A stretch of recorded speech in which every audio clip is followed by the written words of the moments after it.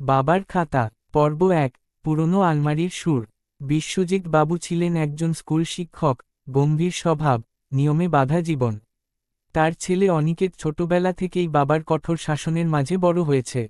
ভালোবাসা পেয়েছে, কিন্তু বুঝে উঠতে পারেনি। বড় হয়ে অনিকেত বিদেশে পড়তে যায়। তারপর সেখানেই চাকরি, সংসার, আর বাবাকে নিয়ে ভাবার সময় যেন কখনো হয় না। একদিন ফোন আসে, আপনার বাবা হার্ট অ্যাটাকে মারা গেছেন। অনিকেত বিমানে বসে জানালার বাইরে তাকিয়ে থাকে।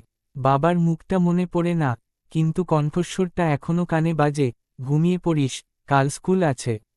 কলকাতায় এসে সব কিছুই অচেনা লাগে। পুরনো বাড়িতে ঢুকতেই ধুলো জমা আসবাব আর নীরবতা তাকে ঘিরে ফেলে।